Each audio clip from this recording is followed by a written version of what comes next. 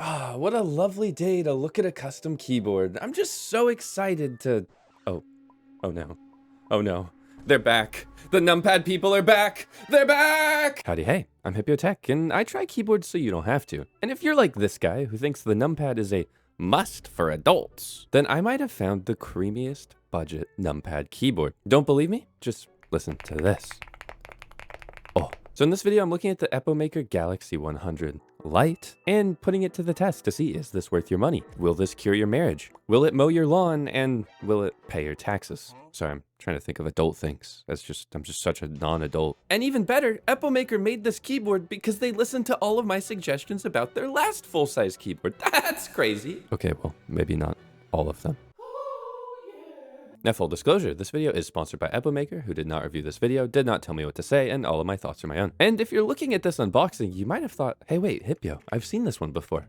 The Galaxy 100 you looked at last year. But as I mentioned before, Epomaker took a lot of my feedback from that video, which you should go watch as well, and apparently made this keyboard better for almost the same exact price. Now, one thing that hasn't really changed is the unboxing experience. You still get a cable, a keycap puller, but for some reason the cable has a cool wireless dongle attachment now. But you do also get these optional, get it because it's a Mac key, Mac keys. Now, if you're in the market for custom keyboards and you want a numpad, you might have noticed that most aluminum numpad keyboards cost an upwards of 150 bucks. Well, this one starts at $109 US, making it, wait a second, let me check. The same exact price as the original? It also comes in two different color options, a dark version and the one we have here, which is pretty light.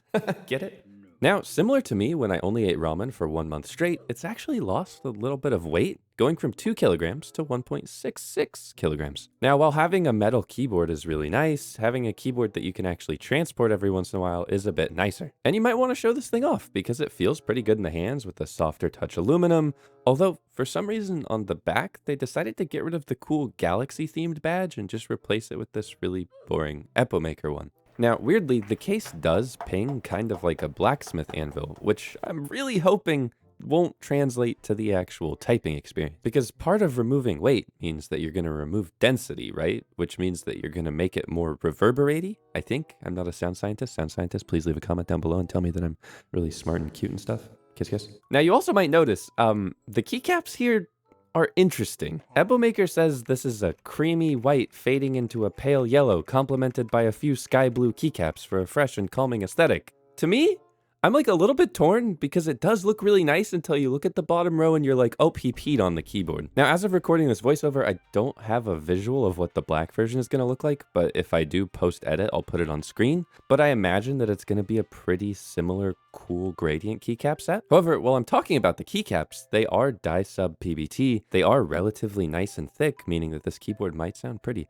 thawky, perhaps. I mean, you've seen the intro. But most importantly, they made them standard cherry profile, which is the type of keycap that you kind of expect on a keyboard. In the previous version, they had a flatter keycap, which is really frustrating to use for some people, but I also really liked it. But this just kind of takes the guesswork out of it. You know you're going to be able to type on this keyboard easily. But if you like low profile, then you might want to opt for the previous or different keyboard. Also, as you might notice, this is the Galaxy 100, not Galaxy 106, so there are some keys missing. You've got your numpad, which is what most people want, but for some of you, that's never enough. You're never happy. You're gonna leave comments, hey Hipyo, I need every single key on my keyboard. I use print screen so often. Oh, I bet you're never gonna, I'm gonna use scroll lock. Ooh, yeah, you guys are creeps. But I think this is the best happy medium of a layout because you get your numpad if you need it, and you also don't take up a huge amount of desk space, so you can still have those divorce papers on there. But if you direct your eyes over to the top right of the keyboard, you will see my favorite thing in the world. Knobs.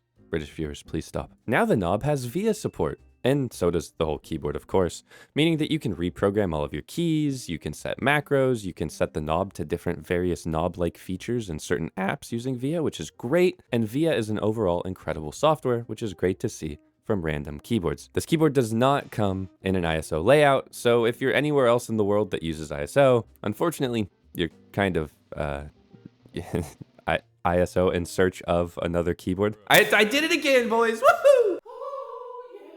Now, one thing they opted to keep in this keyboard is the switch options, which are absolutely incredible. Now, even though my board came with the Wisteria switches, I recommend you go with the Fecker Marble Whites. These are a factory lubed linear switch with a really nice bottom out force of 47-ish grams. They're lightweight, they're smooth, they are ridiculously creamy for being a pre-built keyboard. And one of my favorite things about this keyboard in general, which is kind of weird because this is the cheaper switch option. Now, the Epomaker Wisterias are fine. They're factory lubed, they're linear, but they are heavier with 62-ish grams of bottom out force, meaning that you're gonna require 1/3 more force to press down this key. That's absolutely great for some people, but for some people that could lead to more finger fatigue. Like, they're still fine, but definitely opt for the cheaper version of the keyboard here. This keyboard also has really, really vibrant RGB, which you can customize using VIA, and hot swappable sockets, so that theoretically, if you did want to replace those switches in the future, you could. Now, I'll give you the final sound test at the end, but one thing I want to figure out is what's going on the inside of this thing. And will it sound good without foam? Taking it apart is relatively easy with just a couple screws, although I would love to see a ball clasp closure, meaning that you could just pop this whole keyboard apart in a couple seconds. And if you're new to keyboards and wondering why I'm taking apart this keyboard and talking about foam, there's so many amazingly cool ways that you can modify keyboards by adding foam, adding tape, silicone, Play-Doh for some ungodly reason, and all of these change how your keyboard will sound and feel. Now, on the inside of this keyboard, we see... Wait. Where's the foam? How did they get it sounding so good without, like... I was expecting this whole thing to be stuffed with foam. So there's a record-breaking 1 sheet of foam in this thing, which is shocking to me. However, that's not the full picture because they are hiding some foam somewhere else. Now, you also see this 8,000 milliamp hour battery, meaning that this thing has an insanely long battery life and runs on 2.4 gigahertz Bluetooth wireless modes. However, the latency is nothing to write home about because it's got 2.8 milliseconds of latency while plugged in and about 5 milliseconds of latency over 2.4 gigahertz. Now, one thing you are not going to try at home is pulling the entire keyboard apart with your incredibly strong rock climber hands. Because this keyboard has flex cuts in its PCB and motherboard, you run an incredibly high risk of breaking it. Don't try this at home. Okay, and this is what I was expecting. There are a few more sheets of foam in between the plate and PCB. You've got a regular dampening foam, you've got a pour-on, and you've also got this PET sound enhancement pad is what they call it, but I don't know, it's kind of plastic. And I'm taking all these out, so you're gonna see a sound test at the very end of this video with 0 foams.